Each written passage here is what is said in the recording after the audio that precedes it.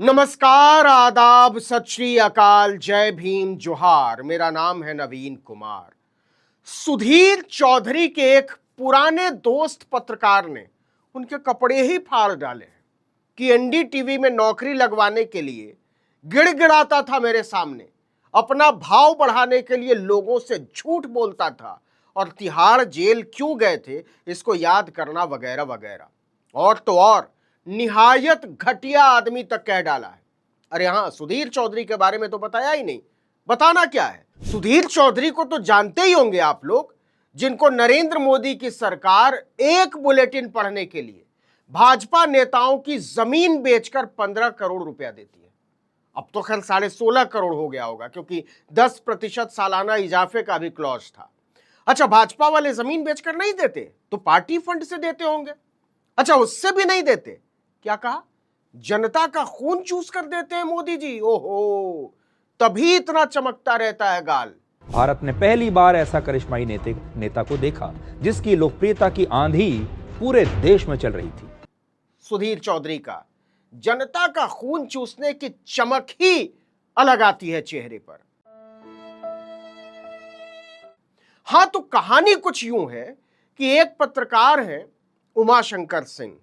आप में से कुछ लोग जानते होंगे, पहले एनडीटीवी में हुआ करते थे। एनडीटीवी का नियंत्रण अडानी के हाथों में जाने के बाद भी बहुत दिनों तक वहां रहे थे। 17 फरवरी 2003 को एनडीटीवी ज्वाइन किया था और 15 जुलाई 2025 को छोड़ा। मतलब पूरे 22.5 साल एनडीटीवी में रहे, एक ही संस्थान में काम करने के लिहाज से। और पत्रकारिता में भी यह बहुत लंबा अरसा होता है। एनडीटीवी छोड़ने के कुछ दिन पहले तक Umashankar senior editor politics and foreign affairs हुआ करते थे। एनडीटीवी में रहते हुए ही उमाशंकर सिंह ने मोबाइल पर अकेले शूट करना शुरू कर दिया था, सेल्फी स्टिक से।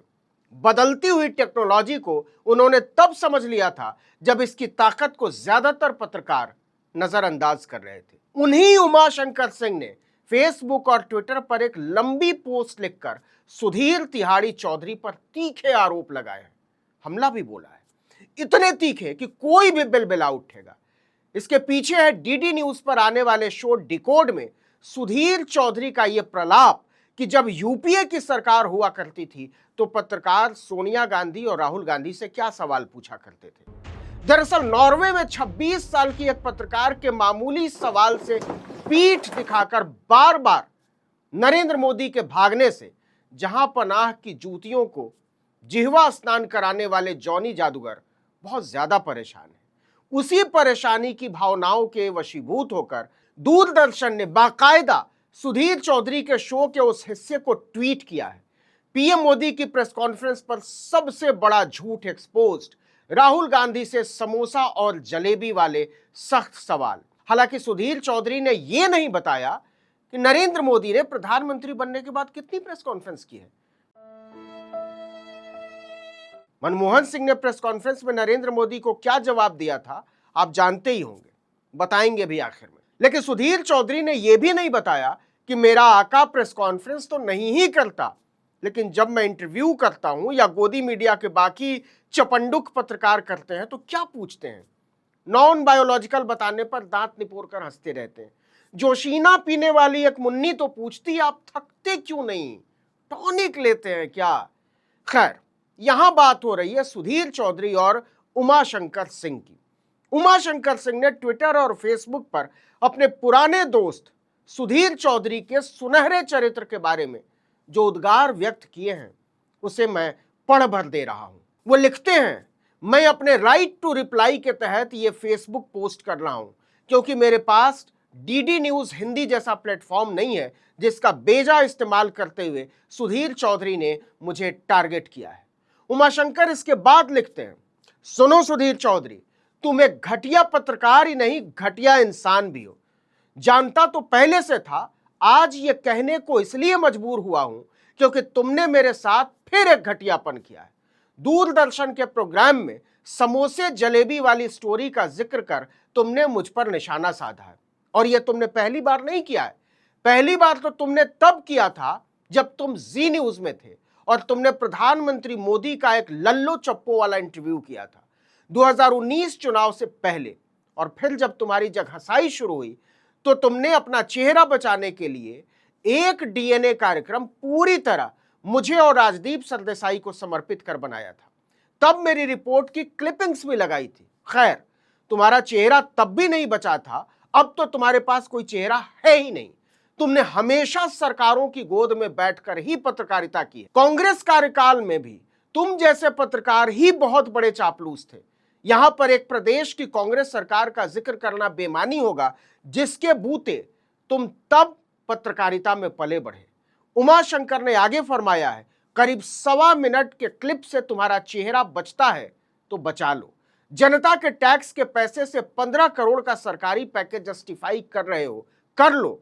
और ऐसा करने के लिए ही तुमने इस क्लिप के नीचे लिखे राजनीति के हल्के फुल्के पल को नजरअंदाज किया, क्योंकि तुम संपादक नहीं चंपादक हो। अरे वो एक मोमेंट था फील्ड रिपोर्टिंग का, जब राहुल गांधी यूपीए सरकार के दौरान कथित घोटाले से जुड़े सवालों का जवाब नहीं दे रहे थे। फिर मैंने यही पूछना शुरू किया। इसकी डिटेलिंग फिर कभी, यहां तुमको सफाई के तौर पर नहीं दूंगा। उमा इसके बाद जो लिखते हैं उससे सुधीर चौधरी के वैचारिक अंतःवस्त्र के सियन और उधड़ जाती है।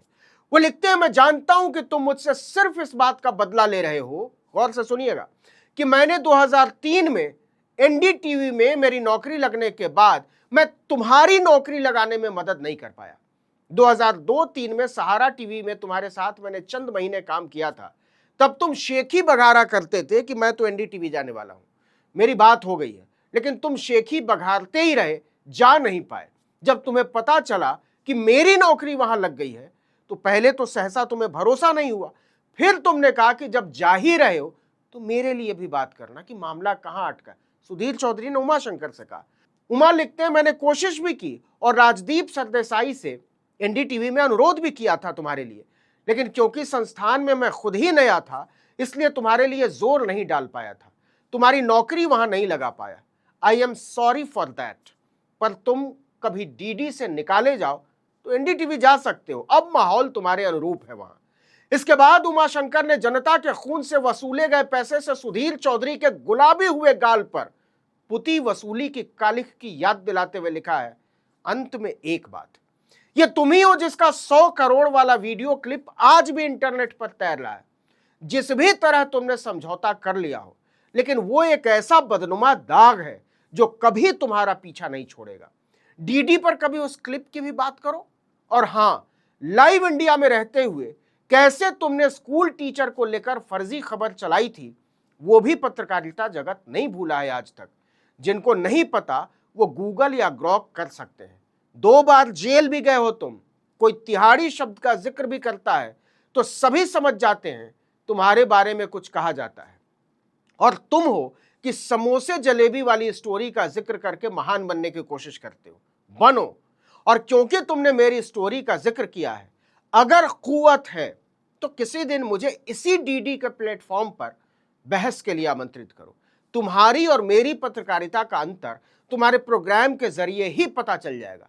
उन दर्शकों को जिनको तुम एक तरफा तरीके से गुमराह कर रहे हो, ये मेरा हक भी बनता है, क्योंकि तुमने मेरी स्टोरी का जिक्र किया। तुम्हारे जवाब का इंतजार रहेगा। तुम्हारा उमाशंकर सिंह। पुनश्च प्रिय पाठकों, सुधीर चौधरी को संबोधित करते हुए मैंने आप लिखने की बहुत कोशिश की, लेकिन सहज मानवीय मूल्यों और व्यवहार कुशलता का अनुपालक होते हुए भी ऐसा नहीं कर पाया हूं। इसके लिए मैं पाठकों से बहुत माफी चाहता हूं। यहां सुधीर चौधरी को संबोधित उमाशंकर सिंह की चिट्ठी खत्म हो जाती है, लेकिन जिस स्कूल टीचर वाली फर्जी कहानी का जिक्र उन्होंने किया है वो भारतीय पत्रकारिता ही नहीं, विश्व पत्रकारिता के माथे पर भी कभी न मिटने वाली कालिक है।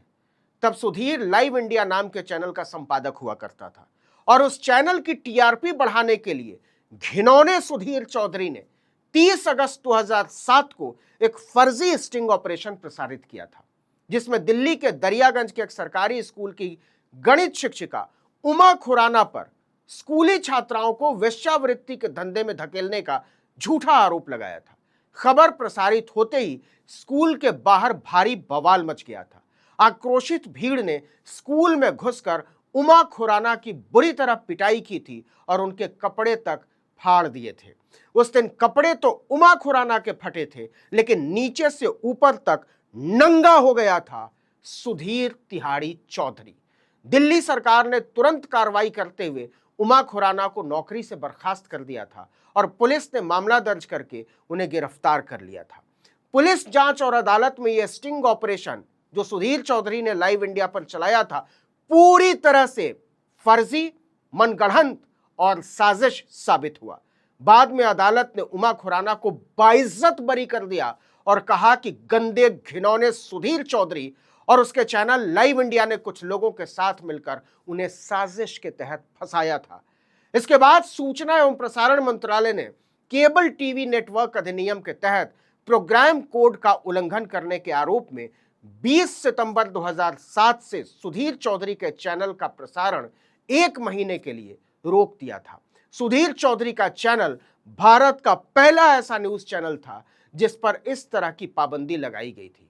तो ऐसी गंदी और घिनौनी पत्रकारिता का बेताज बादशाह है सुधीर चौधरी। पूरी दुनिया में किसी बेकसूर औरत के कपड़े उतरवा देने वाली घटिया घिनौनी पत्रकारिता का ऐसा मास्टरमाइंड कोई दूसरा नहीं।